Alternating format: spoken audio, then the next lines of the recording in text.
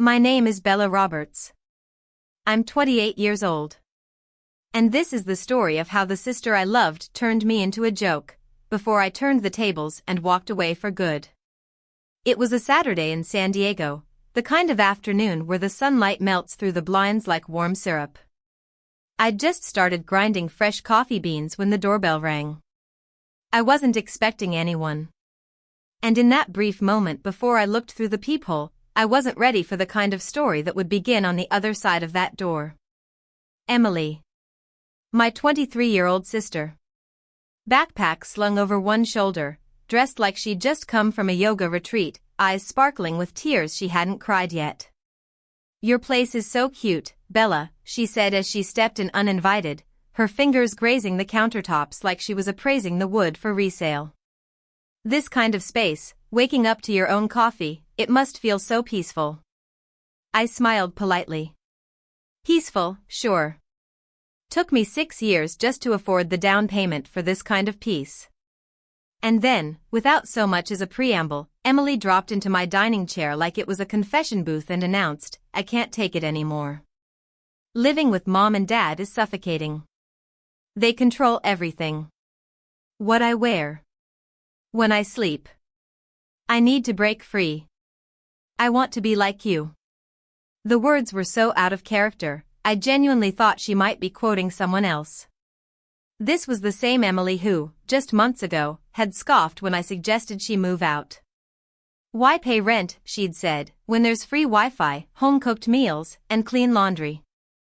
I looked at her closely. Her expression was dead serious. "What are you asking me for, Em?" She pulled out a tattered book from her bag like it was a sacred relic. Breaking the Codependent Cycle, by Dr. Danner. "If I don't leave now, I'll never know who I really am." 3 months, Bella. Just 3 months of rent. I'll get a job right away. I won't ask for anything else. Please.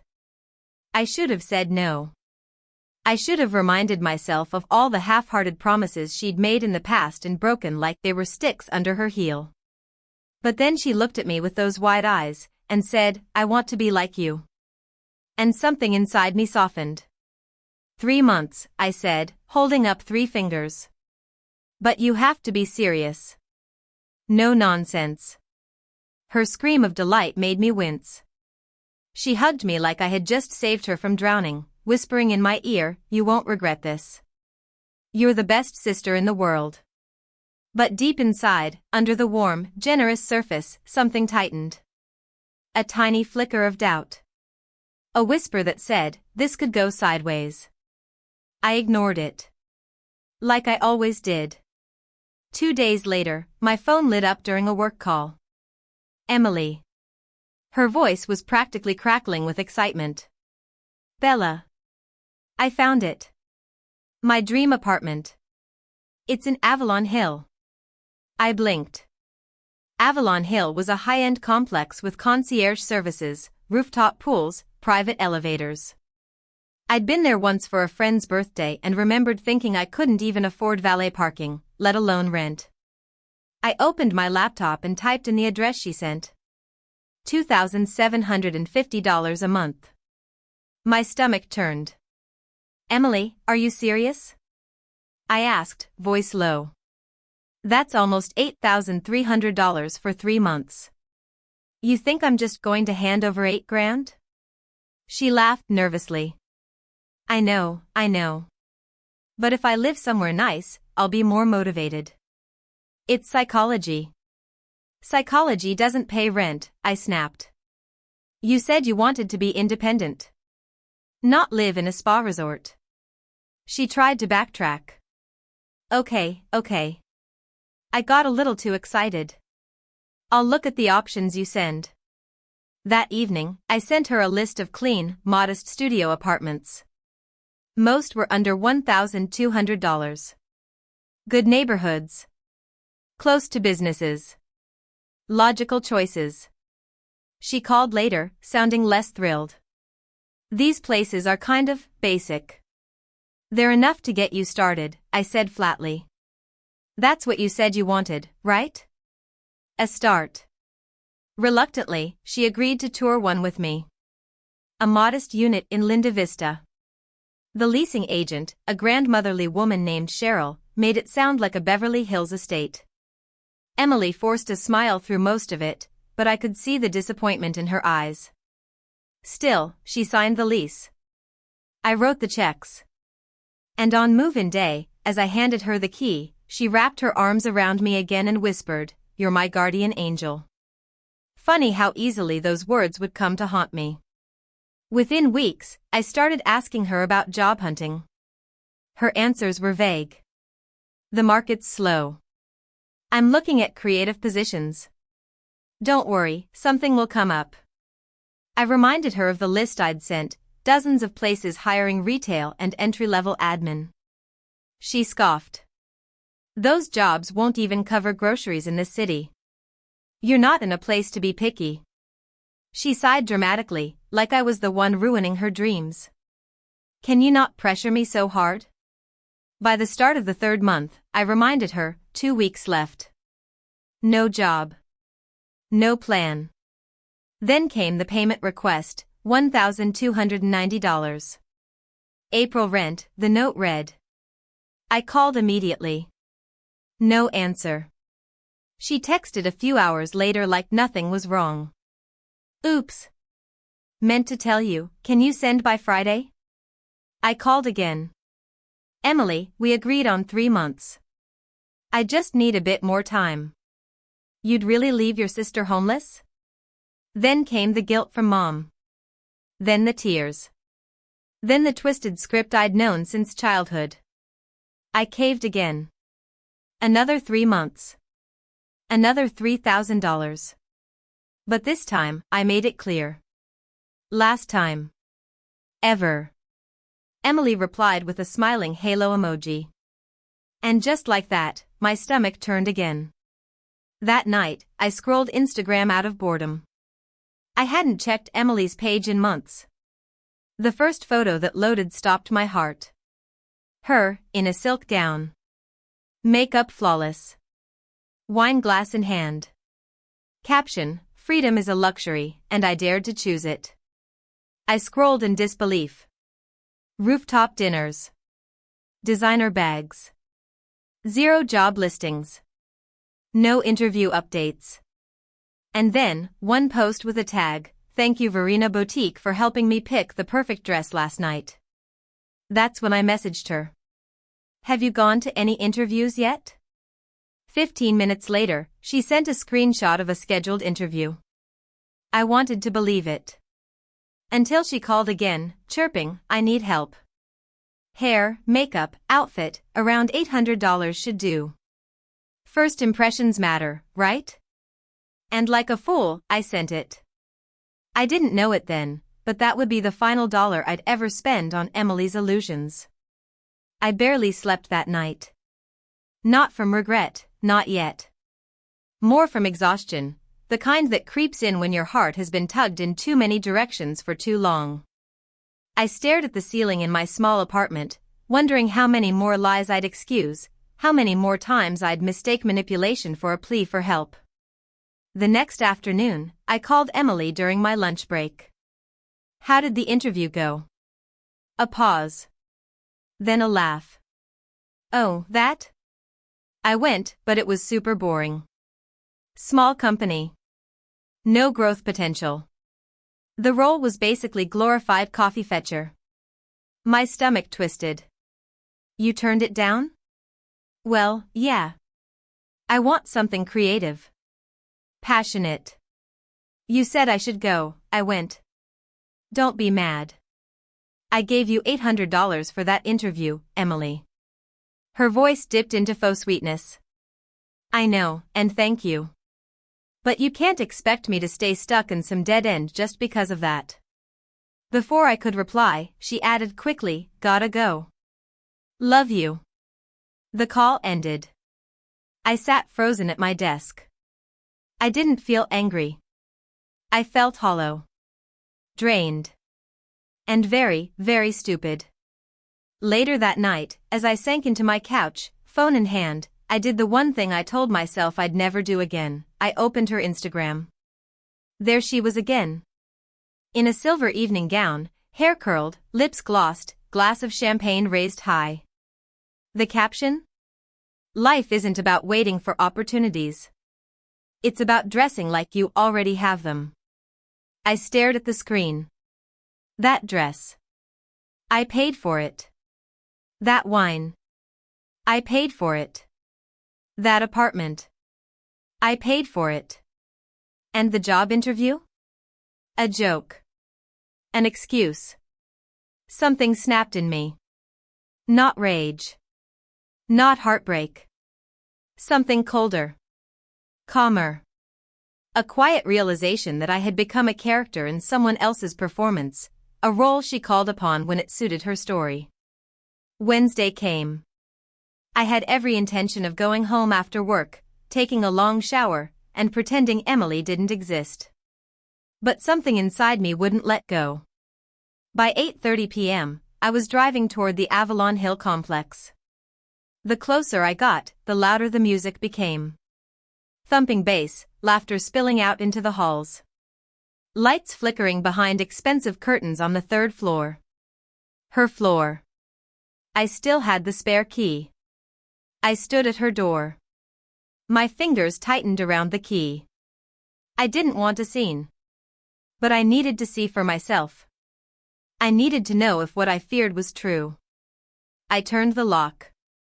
The door swung open quietly. Inside, it looked like a club. Dim lights, cheap LED strips, trays piled with hors d'oeuvres. Wine bottles lined the counters. Laughter echoed from every corner. And then I saw her. Emily. My sister. Center of the room. Wearing the silver dress I bought. Laughing, spinning, holding court like a queen. I stood just inside the door, silent. Then I heard it.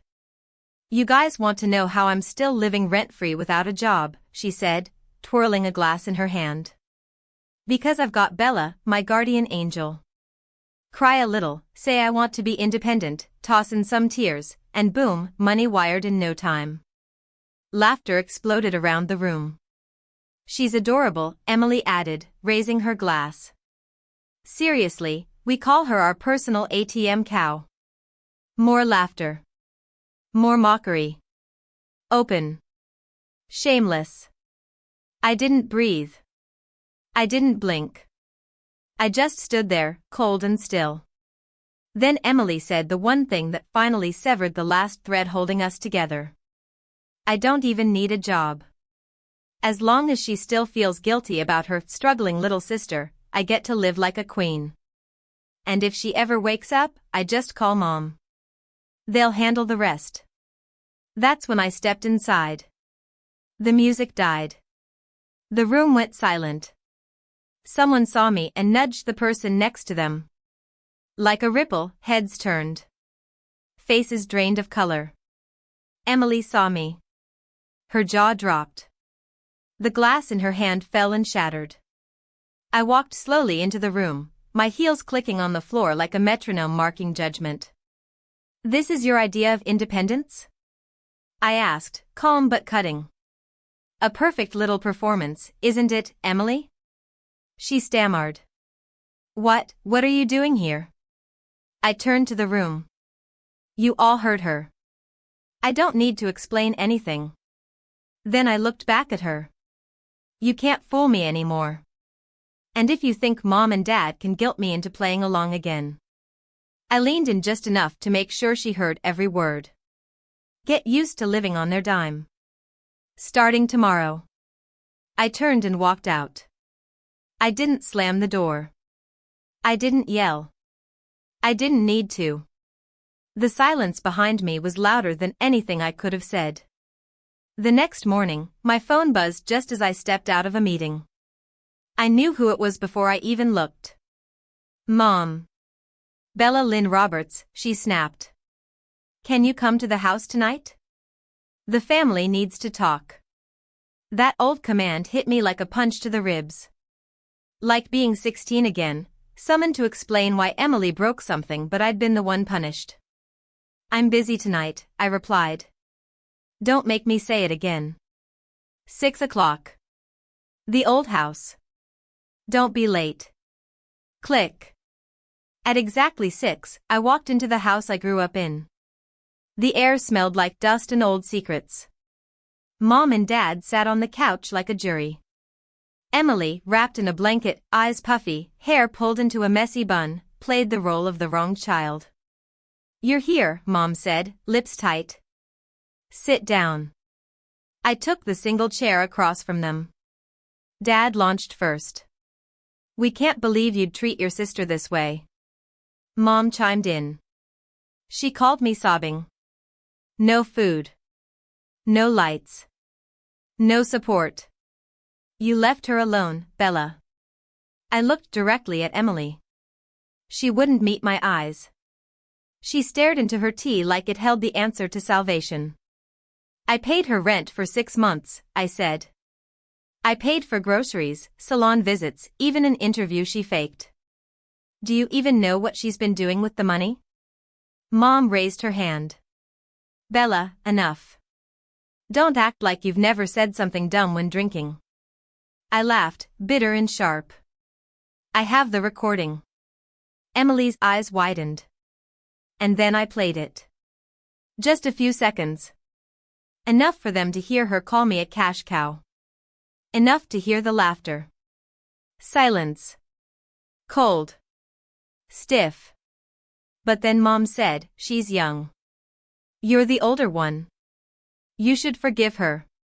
That's what family is for." I stood. No. Family is not where one person swallows poison so everyone else can smile.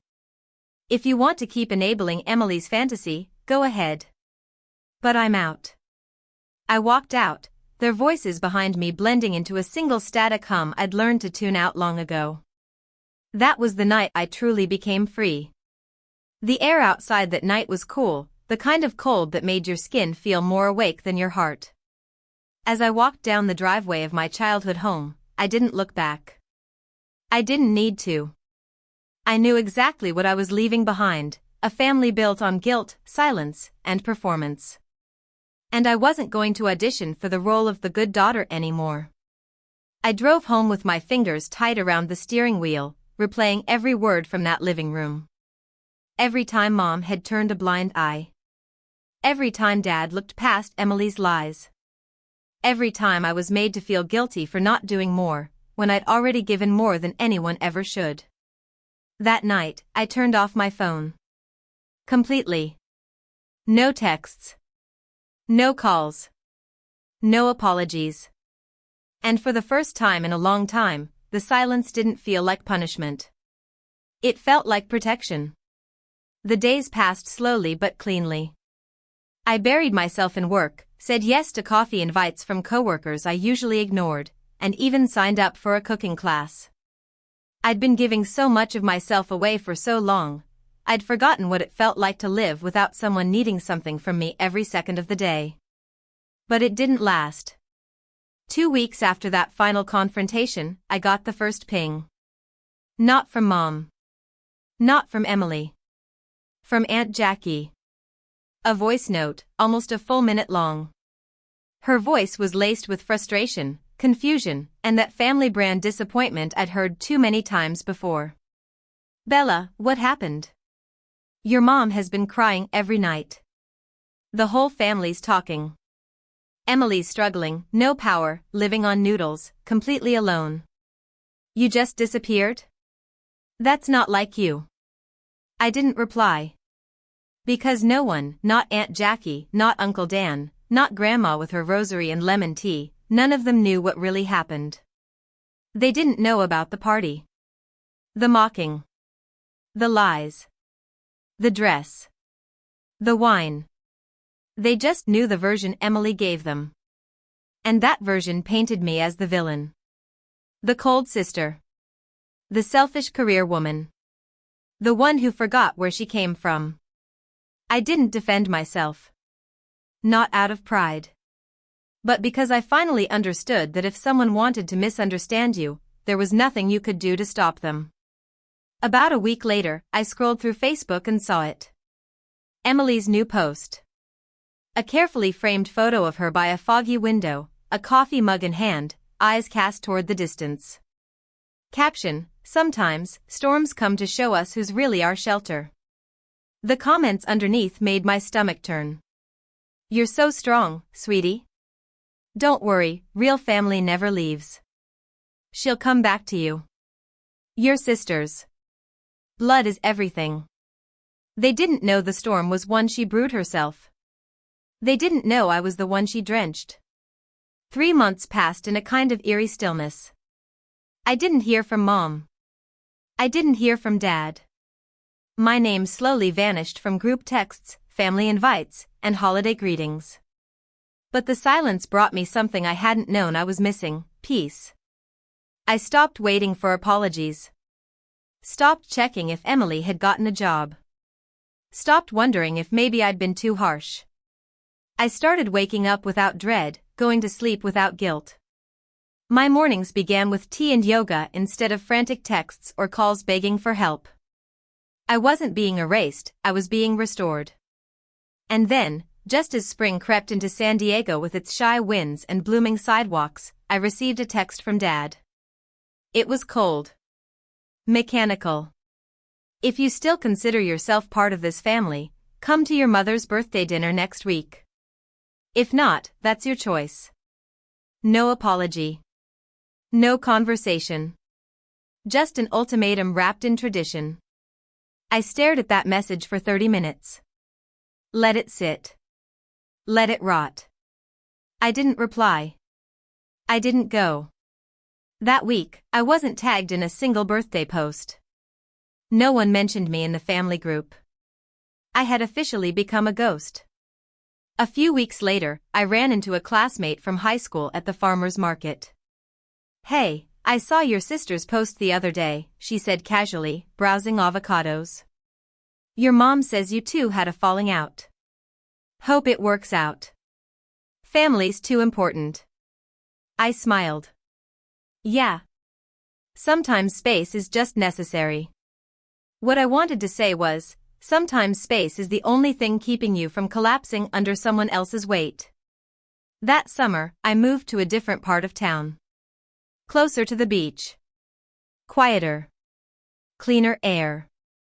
Fewer memories. I got a small 2-bedroom with wide windows and just enough room for me and the life I was rebuilding. No spare key for anyone. No room for drama. Then, one late evening, my phone buzzed with a name I thought I'd deleted. Mom. I didn't answer the first time. Or the second. But on the third call, something told me to pick up. Her voice was strained. Shaky. Bella, it's bad.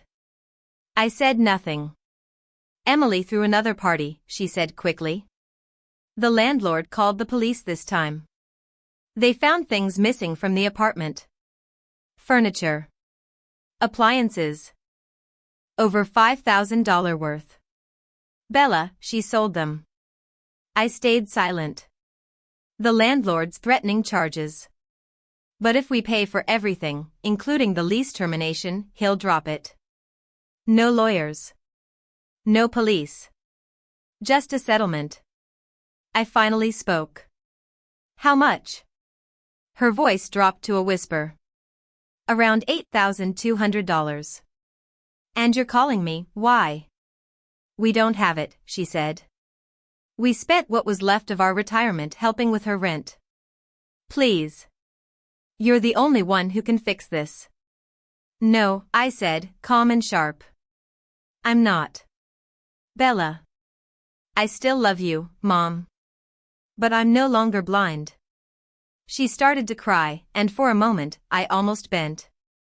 But I remembered what Emily had said that night. About crying and manipulating. About using guilt like a tool. And I knew this was it. This was the moment where I broke the cycle for good. It's time she faces consequences. Not me.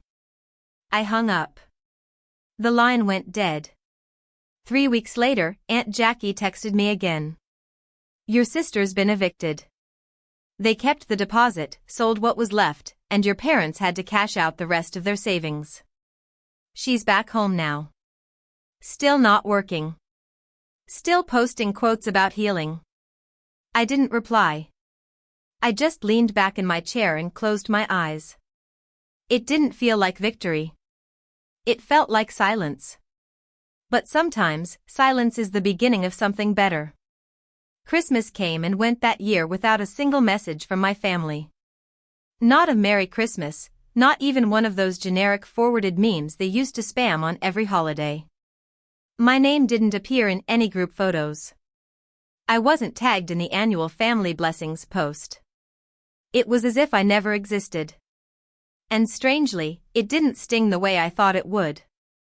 No more panicked 11 p.m. calls. No more desperate texts begging for help with rent or phone bills. No more guilt-laced family dinners where I was always the one expected to pick up the check. Instead, my holidays were quiet. Peaceful. I cooked myself a small dinner, watched an old Audrey Hepburn movie with a glass of wine, and let the world exist without asking me for anything. It wasn't joy, exactly. But it was peace. The new year arrived, and with it came something I hadn't felt in a long time, clarity. I enrolled in a creative writing workshop on weekends. Started hiking with coworkers. Reconnected with people who hadn't asked me for anything in years, just talked, laughed, and let me be Bella. Not the provider. Not the fixer. Just me. One afternoon, as I walked past the boutique where I'd bought Emily her interview dress, I paused. In the display window was the same style of shimmering silver gown. I remembered her spinning in it that night, laughing, wine in hand, calling me her personal ATM cow. That memory used to make my chest cave in. Now it made me shake my head and smile, a small, wry smile that said, never again. A few days later, I passed by a park bench where a little girl was tugging her mother's hand, begging for a cheap plastic bracelet from a nearby street vendor. The mother crouched down and whispered something in the girl's ear. Whatever she said made the girl grin ear to ear. It reminded me of how Mom used to do the same with Emily when we were kids. No matter what Emily broke, lied about, or ruined, Mom would find a way to make it okay. But I wasn't Emily's mother. And I wasn't going to play one anymore. That winter, I finally updated my emergency contact from Mom to my closest friend, Alina. It seemed small. But it was everything. Then one rainy Thursday afternoon, my phone vibrated again. This time it was a Facebook message from a name I hadn't seen since high school, Kara Jensen. We'd been distant cousins, sort of. She was married to one of my mom's second cousins. We hadn't spoken in years. Hey Bella, just wanted to say I saw everything. Heard what happened at that party. My friend Sam was there. He said your sister was disgusting. I just thought you should know, some of us are proud of you. Really proud. I blinked at the message, then stared at it a little longer than I should have. Finally, I typed back, thank you. That means more than you know. And it did. Because for the first time, someone didn't ask for money. Didn't ask for justification. Just offered truth. Weeks passed. Then months. Emily stayed at home with our parents, still unemployed. Still posting moody photos of lattes and moonlight captions like, healing isn't linear. Still getting stay strong comments from aunts who had no clue what she'd done. And I didn't care anymore. That indifference, that lightness in my chest when her name came up, that was new. Then one morning in late March, I ran into Cheryl, the leasing agent from Emily's old apartment complex, at a grocery store. She recognized me immediately. Bella. How are you, dear? I smiled politely. Doing well. Thanks. She leaned in a bit. Listen. I probably shouldn't say this, but I think you deserve to know. Your sister left that place a wreck. Missing furniture, trash everywhere, even some damage to the balcony railing. The landlord was furious. I nodded slowly. I heard. She shook her head. You tried to help her, didn't you? I sighed. I did. She touched my shoulder gently. Well, you did more than most would. Don't carry guilt that isn't yours. I nodded again, but this time the words sank a little deeper. Because that's what I had done for years. Carried guilt that wasn't mine. Worn it like a coat I didn't remember putting on, only realizing much too late how heavy it had become. That spring, I started writing. At first, just in a journal. Then, eventually, short stories. All fiction, but every character somehow echoed a part of me I'd buried long ago, pieces of a woman who had survived years of emotional debt, of gaslighting, of manipulation disguised as family love. One of the stories got picked up by a local digital magazine. The headline? When Guilt is a Weapon, Learning to Say No to Those Who Raised You. I published it under a pseudonym, but the moment it went live, I felt something lift. Not vengeance. Not triumph. Just release. Then, one sunny Sunday, I found myself at a beachside cafe, sipping coffee and scribbling story notes when my phone buzzed again. Mom. I stared at the screen. For a moment, I considered ignoring it. But something told me to answer. Her voice was soft. Older. Hi, sweetheart. I didn't say anything. I just wanted to say, thank you. That took me off guard. For what? For not bailing Emily out this time. Because, we finally saw it. What you were saying. What she really is. I blinked. What happened? She stole again. From your dad. Took his credit card, ordered clothes, tried to cancel the charges before he noticed. I stayed silent. We're tired, Bella. I swallowed. You should be. Then she said something I never thought I'd hear. I'm sorry. We should have believed you sooner. I exhaled slowly, the wind from the ocean catching the edge of my coat like a soft push forward. I don't need an apology, Mom. I needed it years ago. Now. I just need peace. She started crying again, but this time, I didn't flinch. I didn't crumble. Because for the first time in my life, I wasn't the one drowning. I was already on the shore. I wish I could say that apology changed everything. That after all the hurt, the betrayal, the manipulation, my mother's quiet words mended the cracks in our foundation. But life isn't a movie. And apologies, no matter how late, don't always rebuild what's already turned to dust. Still, it shifted something. A day later, I received a letter in the mail. Not a bill. Not a magazine subscription. An actual handwritten envelope with Bella written in looping cursive across the front. My mother's handwriting. Inside was a single page. Bella. You were right. We see it now. The lies, the games, the way she turns everyone into a tool for her survival. I think we didn't want to admit it because it meant admitting we failed her. That we raised someone who doesn't care about anyone but herself. You did everything right. And we punished you for it. I'm sorry. We miss you. I miss you. Love. Mom. I held that letter in my hands for a long time. I even reread it twice. And then I folded it back up and placed it in my drawer, not out of anger, but because some apologies are better kept on paper. I didn't reply. That weekend, I took a solo trip up to Lake Arrowhead. A little cabin, no Wi-Fi, no schedule. Just nature, a good book, and the sound of my own thoughts, uninterrupted for the first time in years. I hiked. I journaled. I cried for the girl I used to be. The girl who thought love meant always saying yes, no matter how much it hurt. On the last night, I built a small fire outside and threw in a few pages from my old journal. Pages where I had written, maybe I'm just being selfish, or maybe I should just help her one more time. As they curled into ash, I realized something simple but powerful.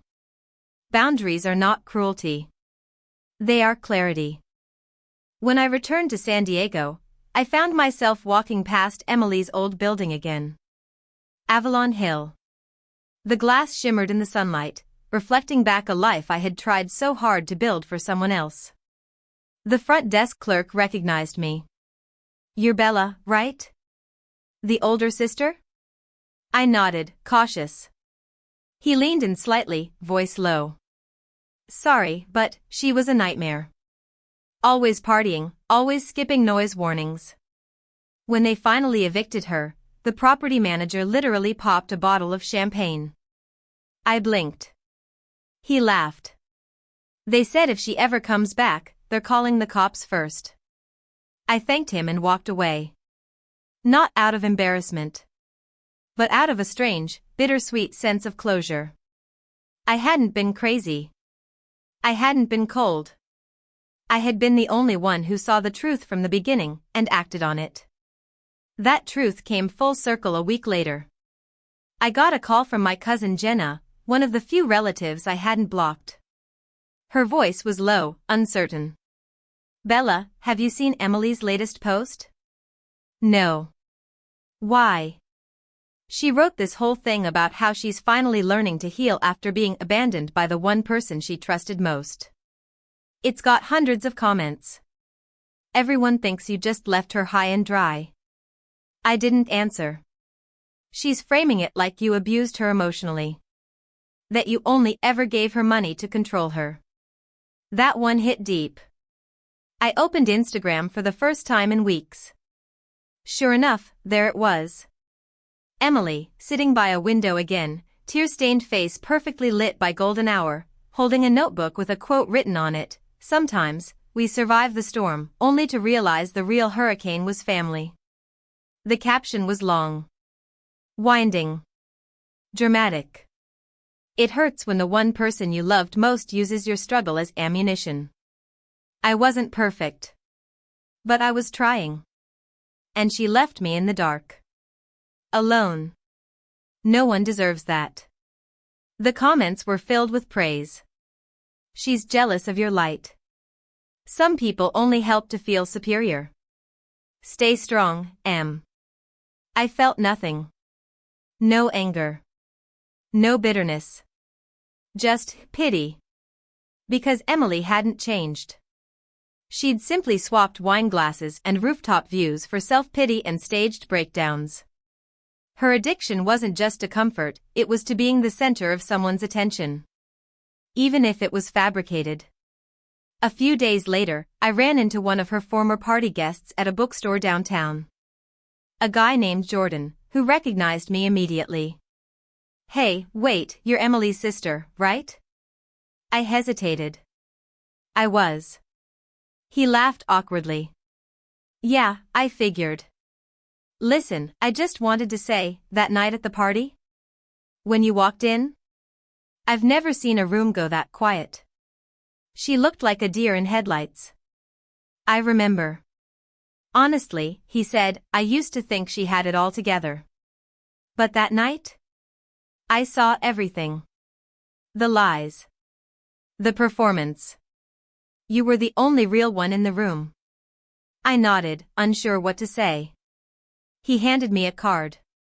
"If you ever want to write about it, I work for a local publication. Real stories. Real people. Your story. I think a lot of folks need to hear it." I thanked him and walked away. That night, I sat at my desk and opened my laptop. For the first time, I didn't write fiction. I wrote a first-person piece, raw and unfiltered, titled, "I Was My Sister's ATM." Until I finally said no. I submitted it anonymously. A week later, it went viral. Thousands of shares. Hundreds of comments. So many people, strangers, saying, "This is my story too." I wasn't alone. And that realization? That was the most powerful thing I'd felt in years. It wasn't about revenge anymore. It was about reclaiming the voice I'd muted for so long to protect someone who never cared if I went silent. I wasn't just Bella, the older sister. I was Bella, the woman who survived her family's denial, her sister's manipulation, and her own guilt. And I was done surviving. I was ready to live. The story I published anonymously found traction faster than I expected. Within days, my inbox was flooded, not just with messages from editors asking for follow-ups, but with heartfelt letters from strangers. People from all walks of life, a woman who had been guilted into draining her savings to support her alcoholic brother, a young man who was labeled the selfish sibling for refusing to bail out his drug-addicted sister for the third time. Even a grandmother who'd raised 2 grandchildren alone while her own daughter partied across the country, only to be called controlling when she finally said no. They didn't want praise. They just wanted to be heard. And I realized, as I read message after message, that the most painful part of being used isn't the money lost, it's the silence that follows. The rewriting of your story. The way others begin to describe you as the villain for choosing self-preservation over self-destruction. For years, my family painted me as cold, uncaring, too logical to have a heart. Now, complete strangers saw me as brave. One afternoon, as I was finishing a cup of tea by the window, my phone buzzed with a new message. This time, from my mother again. Not a call, just a text. Your aunt told me about the article. It had to be you. I recognized your words. I stared at the screen. I don't know if I'm proud or heartbroken. Maybe both. But I'm reading it again now, Anne. I think I finally get it. I didn't reply. Because I didn't write that story for her. Or Emily.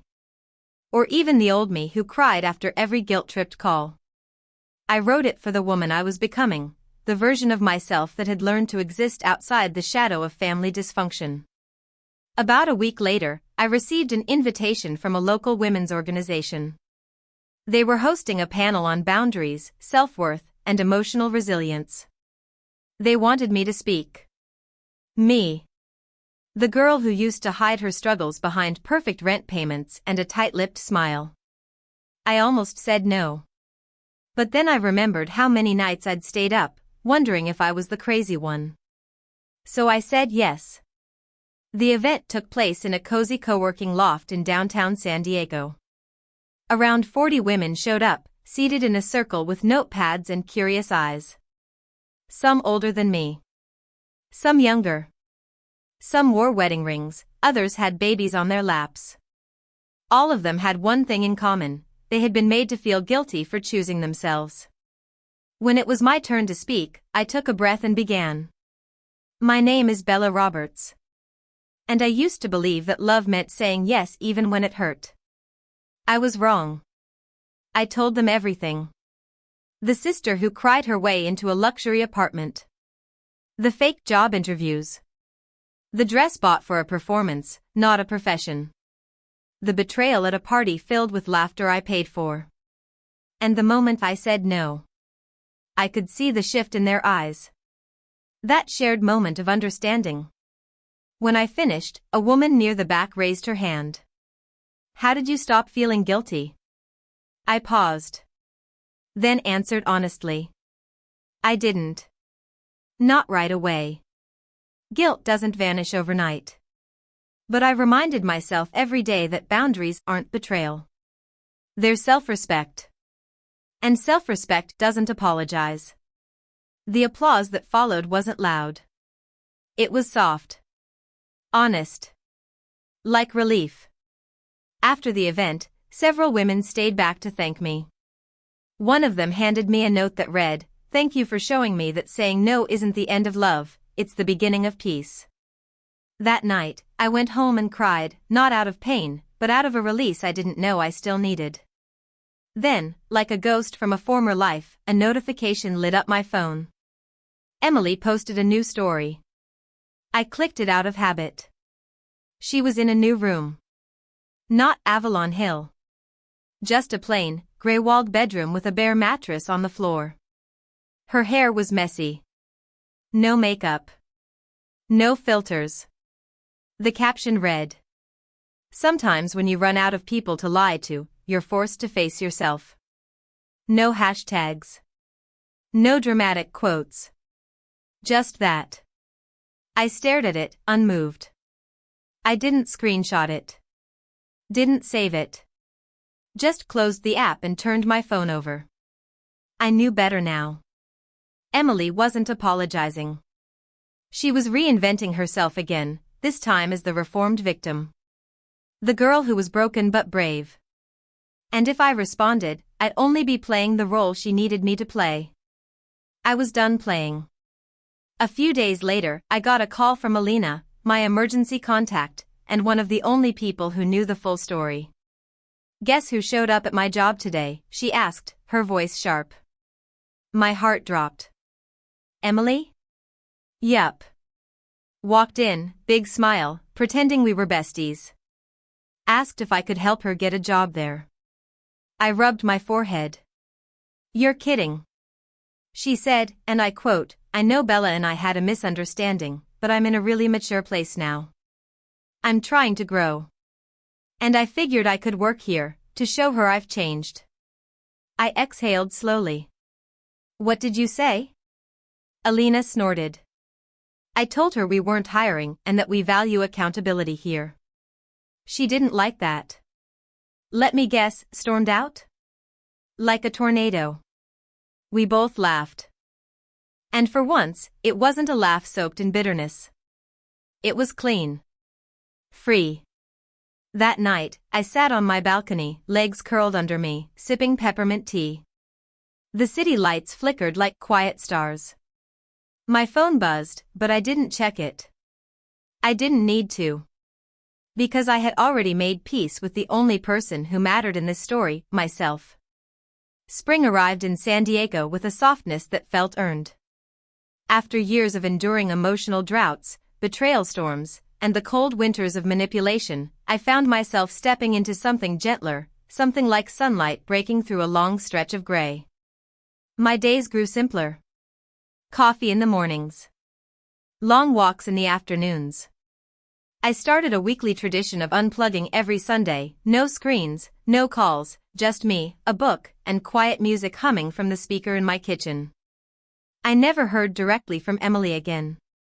Not after the stunt at Alina's job. But I saw echoes of her in the periphery. Through distant relatives' Facebook comments. Through vague posts on her stories about growth, starting fresh, and surviving abandonment. She hadn't changed. She had just learned to repackage herself better. But I had changed. And that made all the difference. I stopped checking if she had a job. Stopped wondering if she would ever take responsibility. That part of me, the part that held on, hoping for her to evolve into the sister I used to imagine, had finally laid itself to rest. About 2 months after the women's event, I was asked to speak at a college panel on personal boundaries and emotional resilience. The same Bella who used to cry silently after family dinners was now being invited to tell others how she learned to say no. I ended that talk with this. Love without accountability is just enabling. And family that refuses to see your worth isn't family, they're bystanders to your suffering. The hardest part of healing isn't letting them go. It's letting go of the version of yourself that believed you deserved their treatment. The room was silent for a full beat afterward. Then came the applause. A slow wave of hands clapping for the truth, not because it was beautiful, but because it was real. One of the attendees, a young woman with tear-streaked cheeks, came up afterward. "Thank you," she whispered. I didn't even know how badly I needed to hear that. Neither had I, honestly. But healing, I learned, doesn't always announce itself with clarity. Sometimes it creeps in like soft light through cracked blinds, subtle but warm.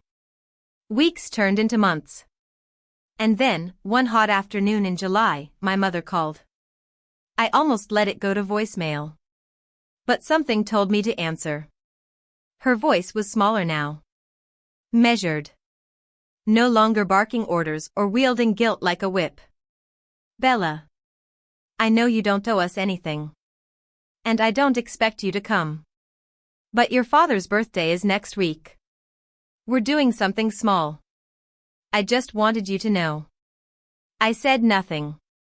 She continued, "Emily, well, she's still living here. Still trying to figure things out, apparently. I'm tired, Bella. I really am. Sometimes I wonder what would have happened if we'd said no to her the way you did. I guess you'll never know, I said quietly. Silence hung between us. Then she spoke again, slower this time. You always deserved better from us. I don't know how to undo the years we ignored that. You can't undo it, I replied, calm. But you can stop expecting me to carry it. Another silence. Then finally, I'm sorry. I hope someday you'll believe that. I didn't offer forgiveness. Not because I didn't feel it, but because some things are best left in the quiet. You don't always need to say, I forgive you out loud. Sometimes, the act of not picking up the phone every time they cry is forgiveness enough, for yourself. I didn't go to Dad's birthday. I didn't send a gift. And for the first time, I didn't feel guilty. That fall, I published my first book. A collection of essays, reflections, and short stories about emotional boundaries, generational guilt, and reclaiming one's voice. The title? No is a complete sentence. The first printing sold out in 2 weeks. The second printing landed me a podcast invitation. The podcast turned into a regular column. And suddenly, the girl who was once mocked behind her back by her own sister was now leading conversations on healing with thousands of readers. I never mentioned Emily by name. Not once. She didn't deserve the spotlight. But I shared enough of my truth that people saw themselves in it. And that was the greatest vindication I could have asked for. Not revenge. But resonance. It's funny, people always ask me now, do you miss her? I usually smile politely and say something neutral. But if they really wanted the truth? No. I miss the version of her I thought she could be. The version I fought for, paid for, cried over. But the real Emily? The one who saw me as a wallet with legs? No. I don't miss her. Because I finally see myself clearly. And I won't go blurry again for someone who refuses to grow. Epilogue. If you've made it this far, maybe part of this story mirrors your own. Maybe you've been the responsible one, the strong one, the walking bank account, or the good child. Maybe you've been called cold for setting a boundary.